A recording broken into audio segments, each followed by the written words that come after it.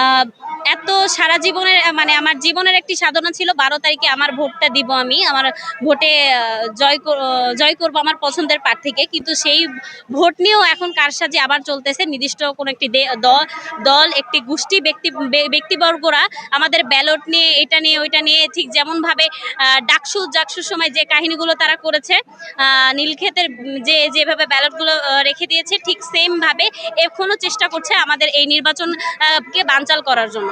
তাদের উদ্দেশ্যে বলি যে তারা যদি মনে করে এইভাবে এত বড় বাংলাদেশ জাতীয়তাবাদী দল বিএনপি এত বড় পার্টিকে তারা আটকিয়ে দিবে, তাহলে তাদের ভুল ধারণা। এভাবে ব্যালটের এগুলো নিয়ে তারা কারসাজি বা এই তারা যে মনে করছে যে এভাবে নির্বাচনটাকে বানচাল করা যাবে, তো আসলে করা যাবে না। তো তারা যদি চায়, আমরা যেভাবে জুলাইয়ের সময় এই শাহবাগে ছিলাম, এই ঢাকা শহরে অবস্থান নিয়েছি, বিভিন্ন জায়গায় অবস্থান নিয়েছি, ঠিক সেভাবে তার থেকেও ভয়ালভাবে আমরা সারা বাংলাদেশে যেখানে জাতীয়তাবাদী ছাত্রদল আছে, যে ছাত্ররা আছে, আমি আমার ছাত্রদল থেকে বলতেছি আমরা এই রাজপথে থাকবো আর এটার বিচার নিয়েই ঘরে ফিরবো।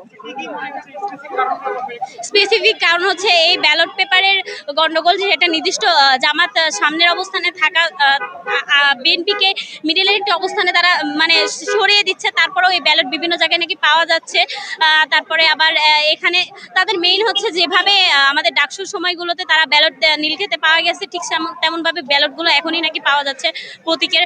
এগুলো আমরা দেখছি। তো এর জন্য আমরা আসলে এখানে নির্বাচন কমিশনের সামনে আসছি। নির্বাচন কমিশনে আমরা তারা যদি এখন পদক্ষেপ ঠিকঠাক না নেয়, তারা যদি এত কিছুর পরে পদক্ষেপ সঠিকভাবে না নেয়, তাহলে আমরা আবারও এই রাজপথে আসবো এবং এই নির্বাচন কমিশন ঘেরাও করব।